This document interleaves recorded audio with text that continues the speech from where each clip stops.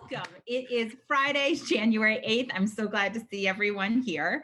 Let's see, so two things real quick. We're going to go backwards. Usually we start with federal and we end with state. We're going to reverse it. We'll start with state and then we'll move to federal. And the other thing is, because there has been so much that's happened, we're going to run over. So we're going to go until 9:15. If you have a hard out at 10, we totally get it. This is being recorded. We will post it by Monday so that you can see the whole piece. But we don't want to skimp on any of the really rich content that we know you need. Okay, so the 191st legislative session ended this week at approximately 4:45 a.m. on, I think it was Tuesday morning. Some of the highlights are that the Economic Development Bond Bill, which we all have been working on pretty diligently over the summer, passed, which is really phenomenal. And you can see on the screen a number of the highlights of that bill. The next step in this process, I've been using the analogy that the development bond bill is a lot like a triathlon. And by that, I mean, there's three sections. First, it's got to get through the legislature, which we did. So the swimming portion is over. Then Governor Baker has to sign it without doing any line item vetoes or pulling out any of the items that we care about. That would be the cycling. And then we have to work to make sure that it's included in the fiscal year 21 capital spending plan, which is over the purview of the Baker administration. So that's going to be the run. So right now, let's get on our bikes. There in the chat box, you will see there is an action alert that you can fill out to share your support of these items with Governor Baker and encourage him to sign the bill and retain these provisions. It's really important that we make sure he hears from us about this issue. So there's 31 million specifically for arts and cultural nonprofits. Then there's 14 million for tourism, which I believe that as I'm reading it and interpreting it, arts nonprofits could also apply for, and that'll be run through the Massachusetts Office of Tourism and Travel. And then the other piece is that they have stood up a commission to study what the impact of COVID-19 has been to the arts and cultural sector and make recommendations for its recovery and growth. And that's super important because that's the place where we're going to lay our case out for significant comprehensive relief package, right? So Mass Creative is on that commission, so is the Mass Cultural Council. It'll be co-chaired by the Tourism and Arts and Cultural Development Committee co-chairs. All right, so a couple of other things. There was also another piece of legislation that was passed, which is a commission to study the state seal and state motto. This has literally been a bill that is filed perennially, I believe, since the late 80s. It finally passed. This is an important mile marker and an acknowledgement about how we are thinking about how our imagery and our cultural representations within our government impact the communities and residents of the Commonwealth. If you haven't taken a look at the state seal, it features a Native American, and I'm really glad that the legislature acknowledged that there needs to be some examination of our state seal and state motto. The Mass Cultural Council and Mass Humanities will be seated on this commission and will be leading this work, and we'll continue to stay engaged with it as well. This week, Mass Cultural Council released a press release to give details about the governor's cultural organization economic recovery program. You can sort of see the highlights. This was the $10 million relief program that Baker and Lieutenant Governor Polito and Secretary Keneally announced in October. I believe it was in October. For me, the big highlights come at the end, and it's right here, that 424 applications were submitted by arts and cultural nonprofits in Massachusetts that requested $30.2 million in relief dollars. There was 10 million available. So this, we're really glad that there was 10 million that was distributed. Clearly the need is larger, and we're going to be continuing to work together on that issue as well. The other thing that happened, gosh, since when did we last meet? In December 4th, is that Governor Baker announced through the Massachusetts Growth Capital Corporation some sector-specific relief grants of the amount of $668 million. And these are multi-sector grant programs. So it's not just the cultural sector or the entertainment sector. There's a couple of others, but they are particularly highlighting economies that have been unduly impacted by COVID-19. And they've acknowledged that arts and entertainment has been part of that. So this program, which is just a for-profit relief program, and we can talk about that in a second, highlights, these are a couple of the groups that have been singled out and prioritized within this. I want to point out that under the event support companies, they've actually called out performers. So I think this is an important indication about how we're thinking about not just businesses, but also individuals who are part of our creative economy. The grants are up to $75,000, but capped at about 3 months of operating expenses. The deadline to apply is January 15th, so it's right around the corner. If you have already applied, this is an extension of a for-profit business relief program. If you have already applied, you may not need to reapply. And so we heartily urge you, if you have applied, to check back in with the Mass Growth Corporation, Capital Corporation. But you can find all the details about this grant program and how to apply. If you are not a for-profit business, but know of a for-profit business or independent contractor who might fall into this space, this is a time where we share with our neighbors and our friends and our networks. Our whole sector has been affected, and we want to make sure that everyone is able to apply for the relief that they need.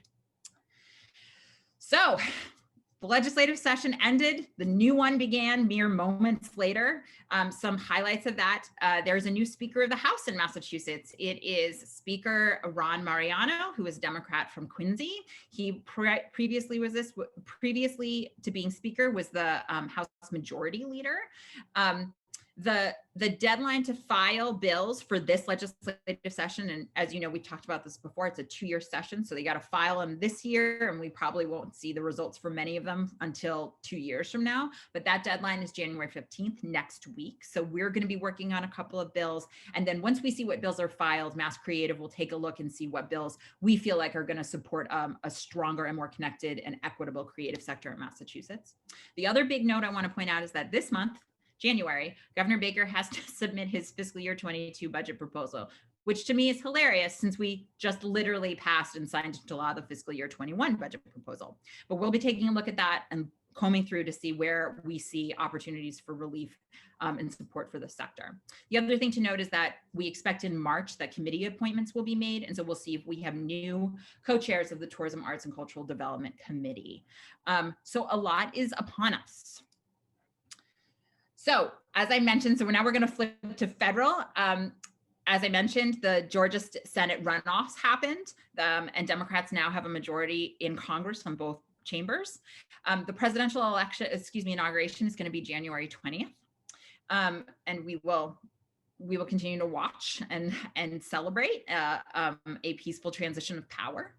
The other thing to note is yesterday, President-elect Biden announced that Boston Mayor Marty Walsh is his nominee for Labor Secretary, which means that we will see some changes in Boston. First and foremost, as we understand it, Council President Kim Janey will become mayor in the overlap between when Mayor Walsh departs and when there is an election for a new mayor. And this is a sort of a milestone moment because it is the first time that there is a female mayor of Boston and the first time there is a Black mayor of Boston. And so I want to just take a pause and acknowledge that in this moment. The other thing I want to just sort of put on the federal level is that the Americans for the Arts National Arts Action Summit is going to be April 5th through 9th.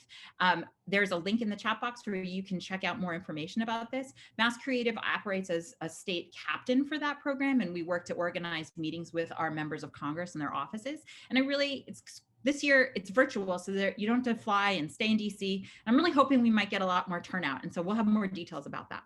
But now I have one of my greatest privileges is to introduce my colleague, Nate McGaugh, who is the Executive Director of Arts North Carolina. Arts North Carolina is a sister organization of Mass Creative. We are both state arts advocacy organizations.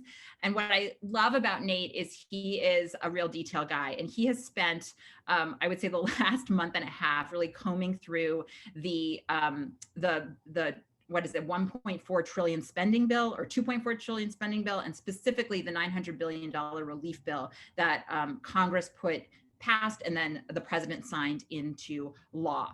So Nate, hello, welcome. I'm going to turn the program over to you. I'm going to stop sharing my screen and you're going to take us through that legislation and what it means for the sector. I certainly will. It's really great to talk to you all today. Actually, I was thinking about it this morning. One of my first professional jobs in the arts was assistant lighting designer for Nutcracker for Boston Ballet Theater. So I guess this is my return to Massachusetts. It's really great to see everybody this morning. I am Nate McGackey. If you can see how my name is spelled, you can see that no one can ever get that right. But if Brett Favre can get away with it, then I can too. So I want to kind of give you a little bit of a warning. This is a lot of information and we're in a compressed timeline. I've been told that listening to me speak in this manner is a little bit like drinking from a fire hose, but I can promise you, you might get wet, but you're not going to leave thirsty. So a lot of things to review in the next little bit. And I'm just going to share my screen real quick and get that. There we go.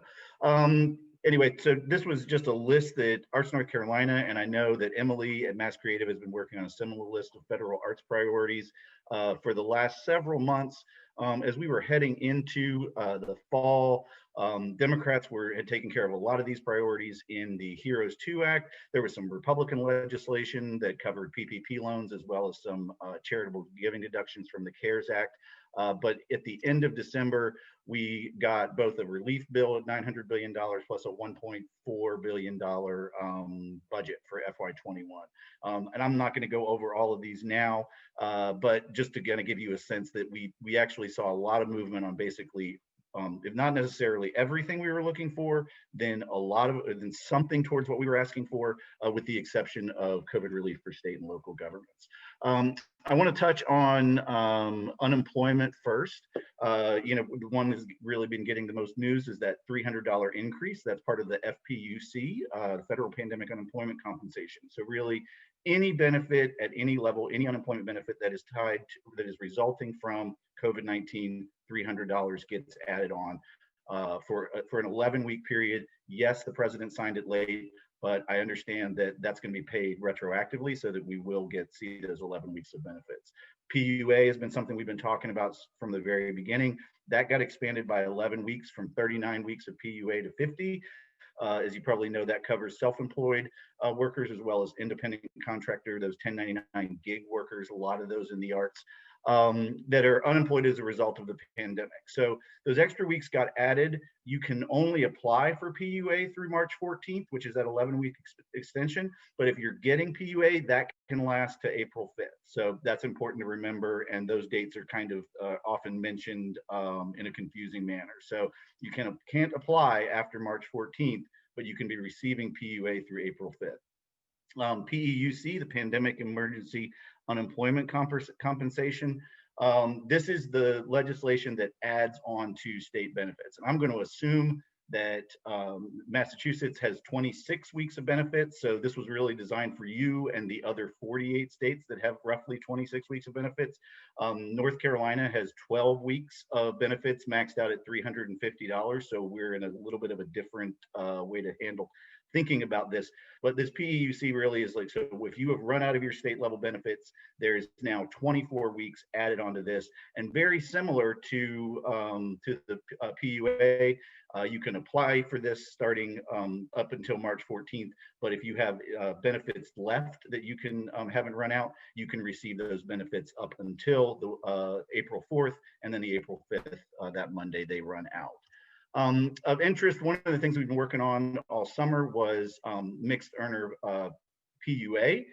We didn't get that. We got mixed earner federal pandemic unemployment compensation. So really what that's saying is that if you work 20 hours a week, say as a marketing associate, and then do another 15, 20, 30 hours a week as a jazz musician where you're getting paid 1099 or you're self-employed, that while unfortunately there's not a federal program that's going to take your entire earnings into account when coming up with your benefit, that $300 benefit, if you can show $5,000 in self-employed income in your last taxable year, that $300 FPUC benefit becomes a $400 FPUC benefit. So there's some movement on that program, not as much as we wanted to see.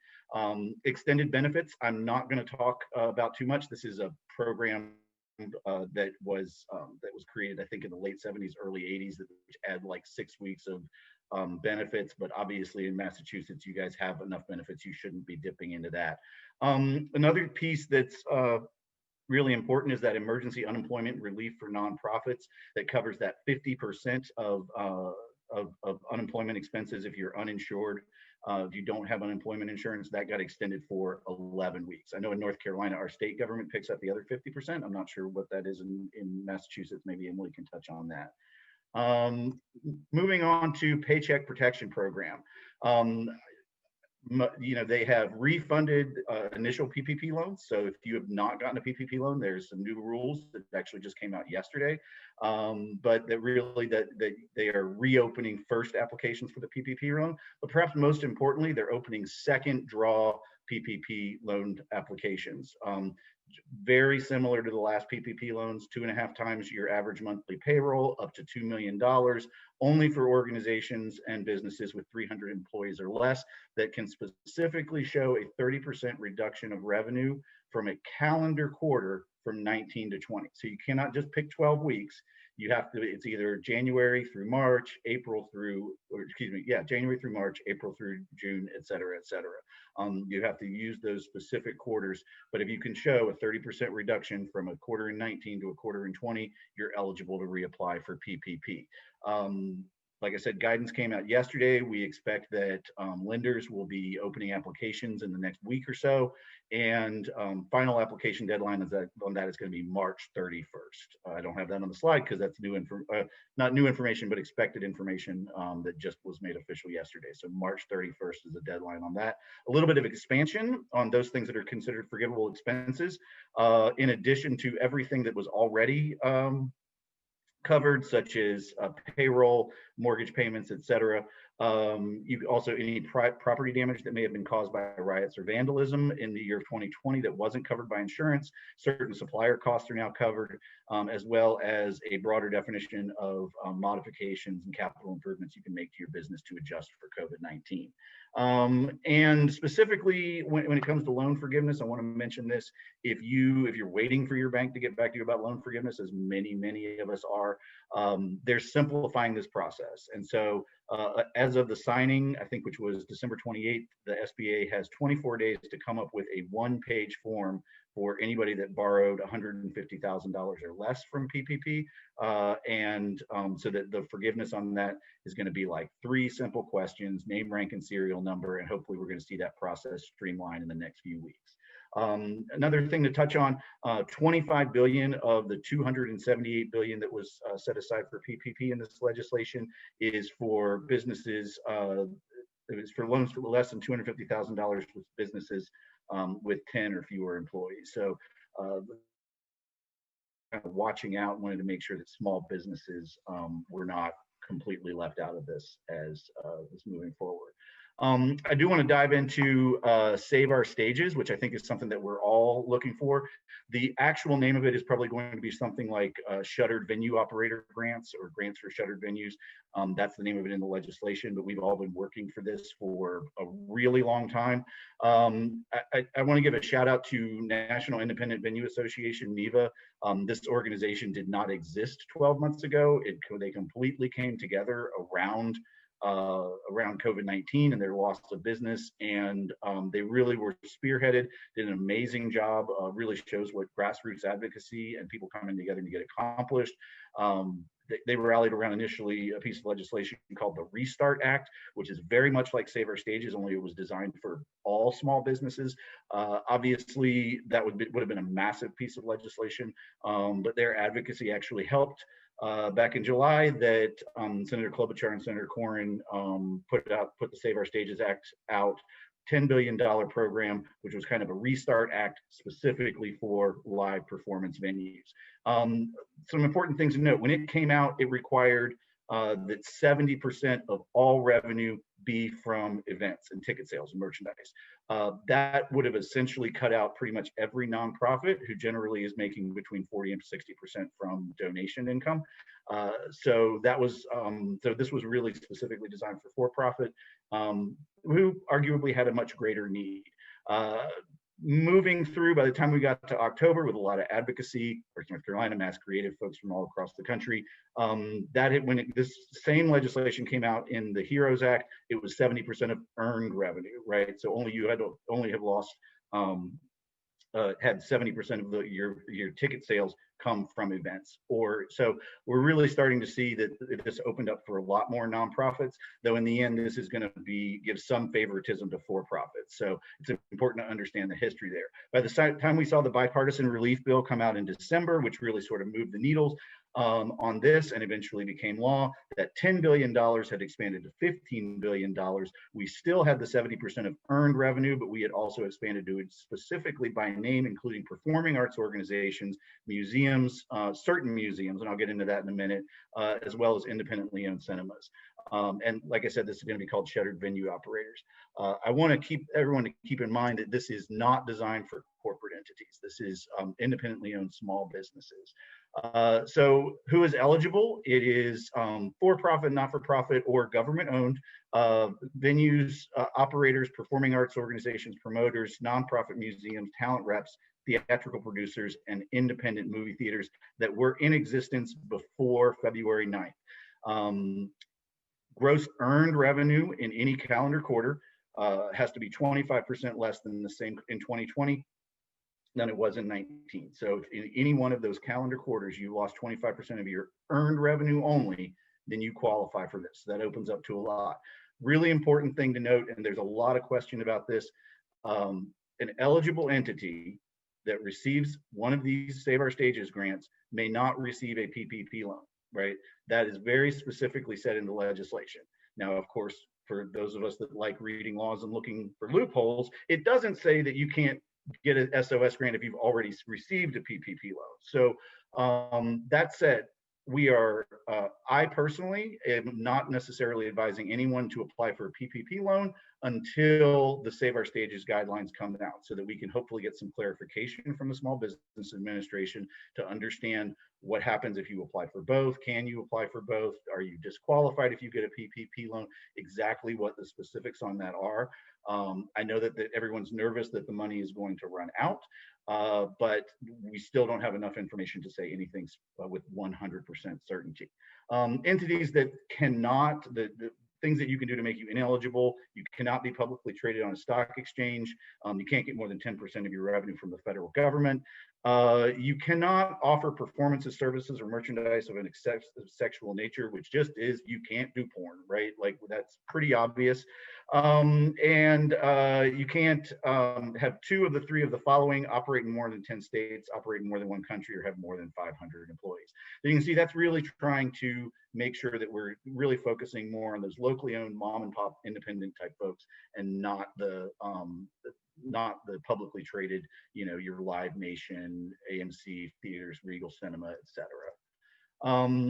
Diving into those live performance venues, which was sort of who this was first for. 70% of the earned revenue comes from ticket admission, production fees, reimbursement, concessions or merchandise, or nonprofit educational activities. So once these SBA guidelines come out, we're going to be looking at teaching artists that go from school to school, right? Are they going to qualify? Because we're talking about individuals and entities. So I'm encouraging everybody, even if you don't think that you're eligible, to go and look at these guidelines, because there may be some eligibility here that you didn't think was there, because it's not just for venue operators. You have to advertise, you have to charge an admission or a fee of some sort for the performance.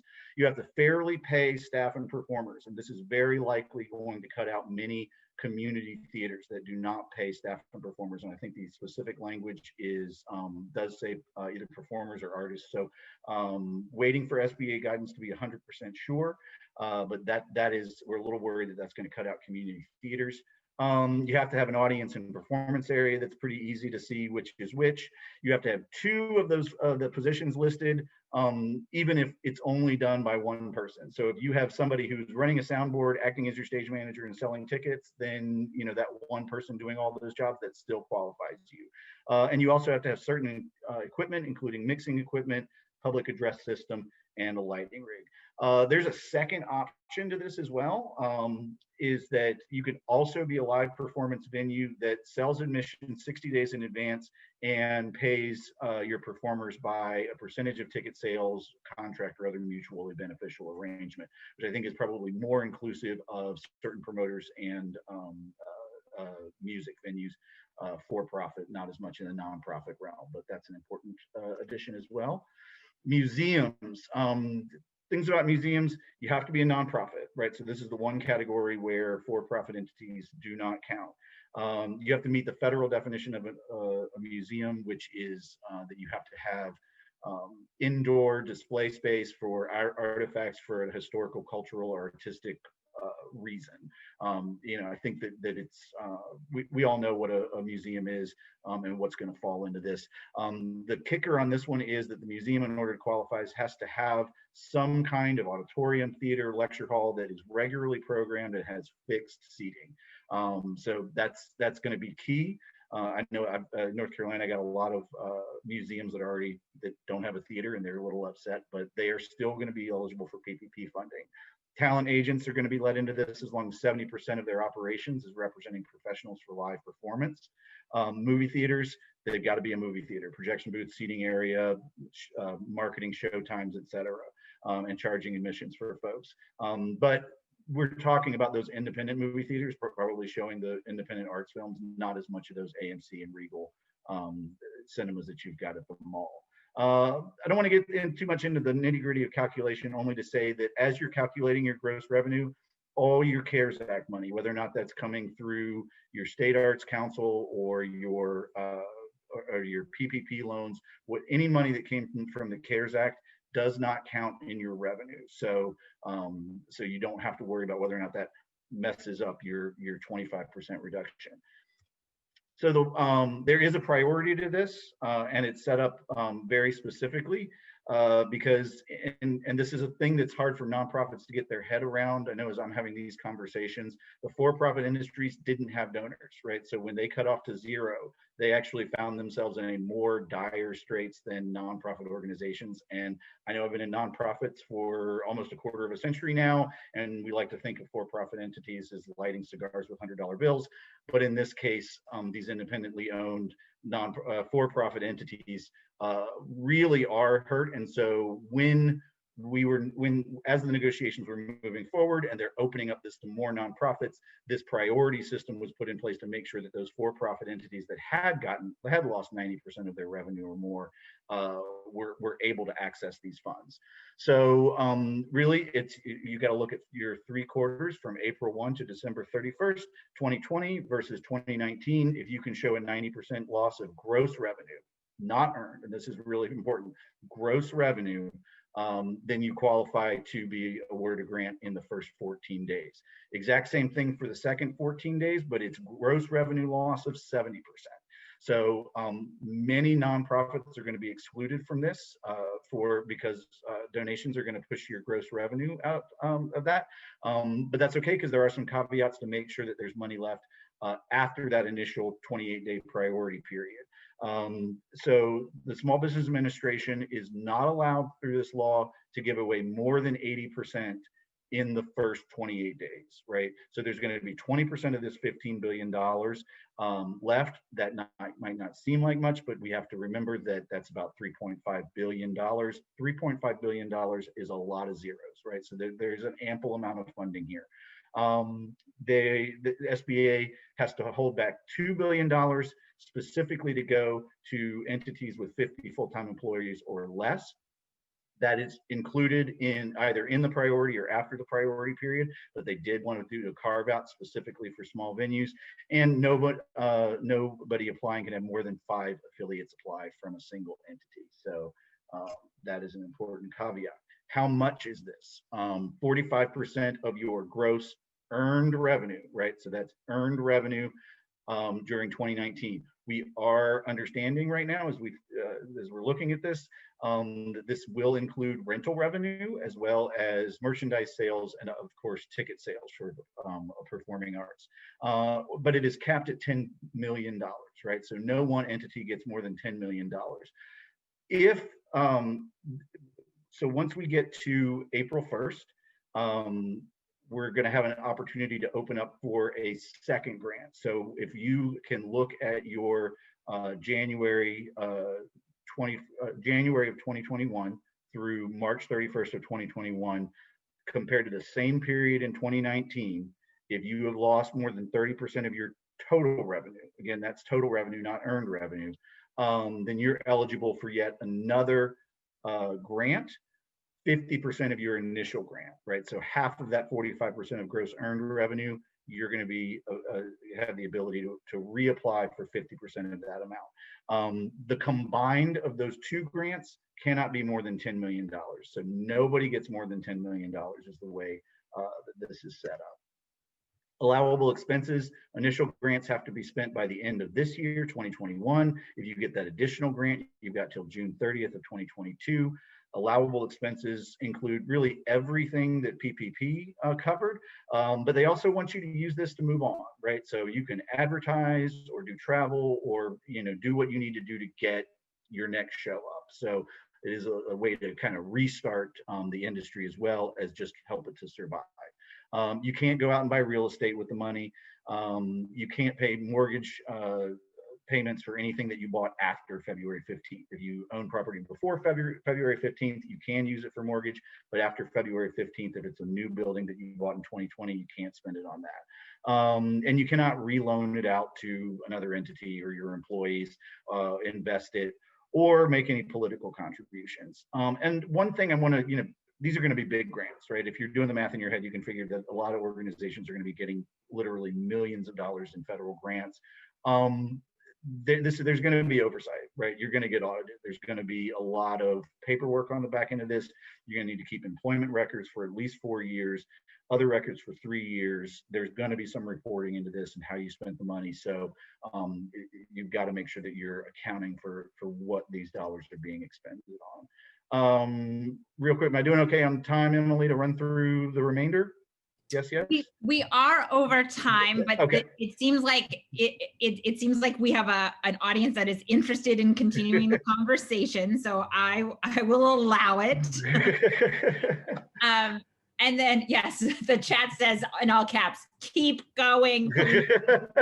There are a number of questions that are coming up in the chat box, and if we don't have a chance to answer them today, I'm gonna force Nate to talk with me later, and we will put together like a nice FAQ section that we can post, and we'll try to follow up if there are like specific questions as well.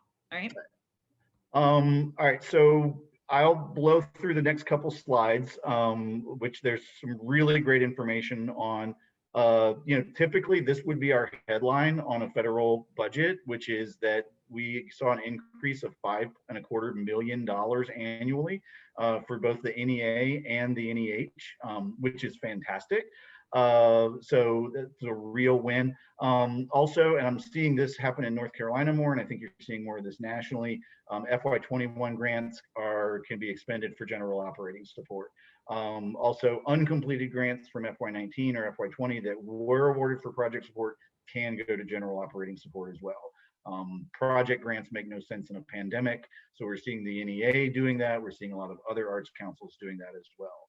IMLS got $257 million, which I think was a decent increase from where they were, as well as $475 million for our friends at the Corporation for Public Broadcasting.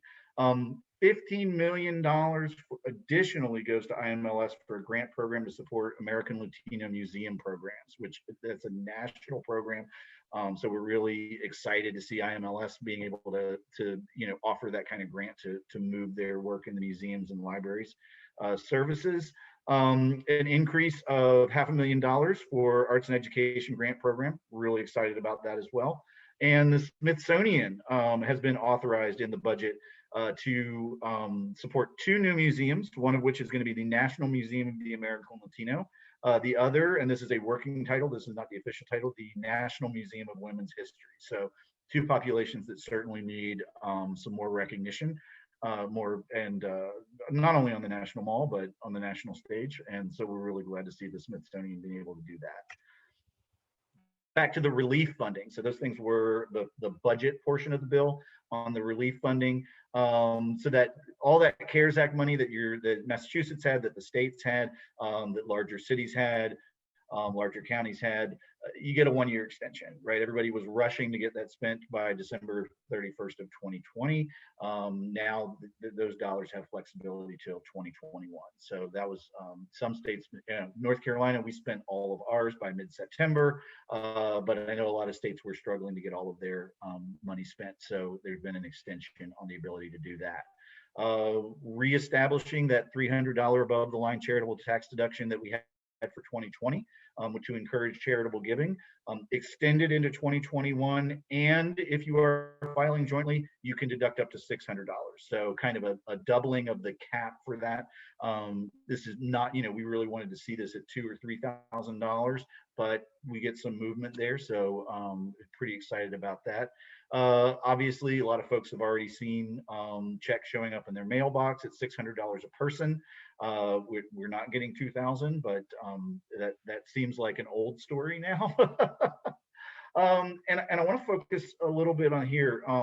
For those of you that may have gotten EIDL loans before, the economic injury disaster loans, you know that is a low interest loan that you can get directly from the Small Business Administration, not through your bank, but from the Small Business Administration.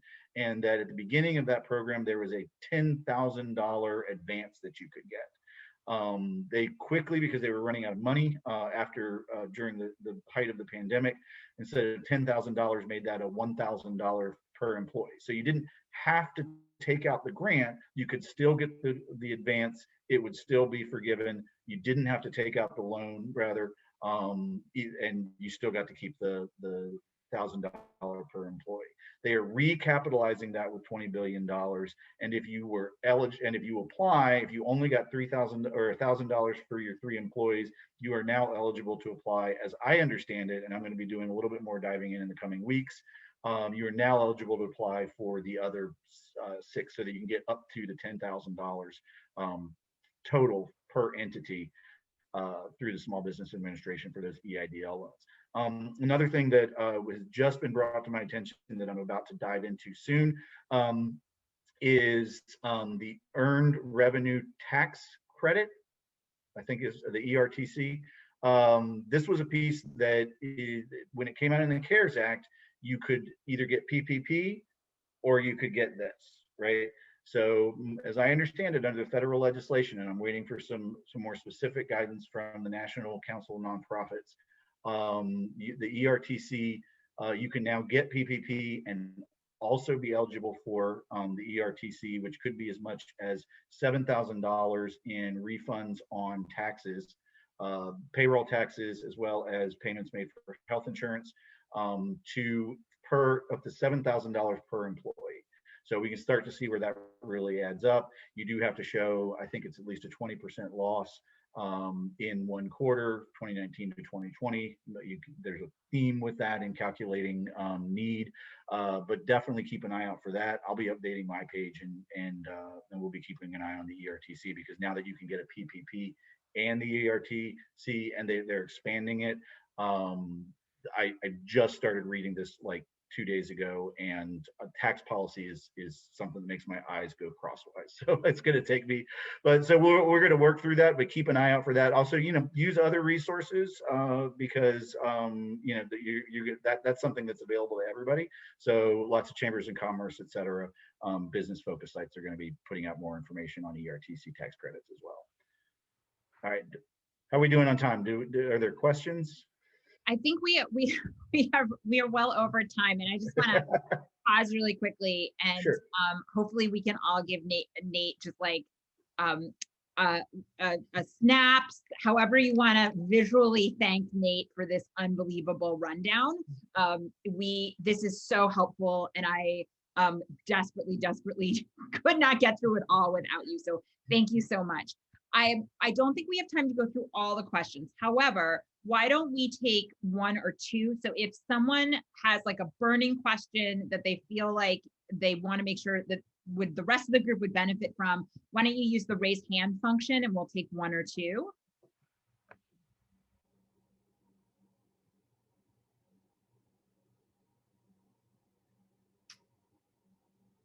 Okay, we're really well behaved this morning. I appreciate that.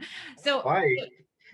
So this is the other sort of like big headline in this, and I hope this is clear from a lot of Nate's points, is like, this is developing, right? Like policy implementation always takes bizarrely longer than the actual policy passage itself. And so as things are shifting, as SBA is putting out guidelines, we will continue to update you all. We will work together to make sure that you have the information that you need to confidently apply for the right relief package or relief opportunities for you and for your organizations and your practice. And so this is not the last time we're going to talk about this. I also, perhaps I'm overstating, but I am going to say this. Nate's organization, like mine, is tiny and scrappy. And if you really loved what Nate had to say, why not consider giving him a tip, giving his organization a little bit of a tip? We'll make sure there's a link already in the chat box to Arts North Carolina, but we're this kind of intellectual labor is incredibly important and valuable to all of us. And I just want to thank you, Nate. On that note as well, I've talked about this before. We finished our year-end campaign, and I talked about this and asking for your support and your help. We actually surpassed our goal. We had a $5,000 goal, and we got over $6,000, and 9 more people joined us as monthly donors. And you do not know what a Christmas/New Year's gift that was for me. I cried a little. So I am so thankful for all of your support and our community together that we are doing this work in partnership. And it's not just our state, it's national. So thank you all. We're gonna post a recording of this. We'll post the slide deck. We'll do an FAQ. We'll have that ready for you Monday or Tuesday of next week. But I hope you all are well. You take a moment to breathe, to get outside this weekend, and we will continue on together. So thank you. And I'll just say thank you all for having me. And also just to reiterate, there's an organization in most states that does this work. And we have really kind of held each other up through the last 9-10 months. I don't know how I would have got together without that group. And I specifically don't know how we would have gotten through it without Emily.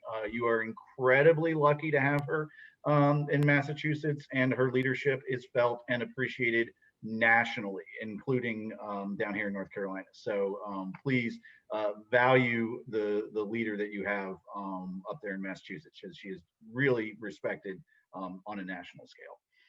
Thank you. Thanks. All right. Bye all. Thank you.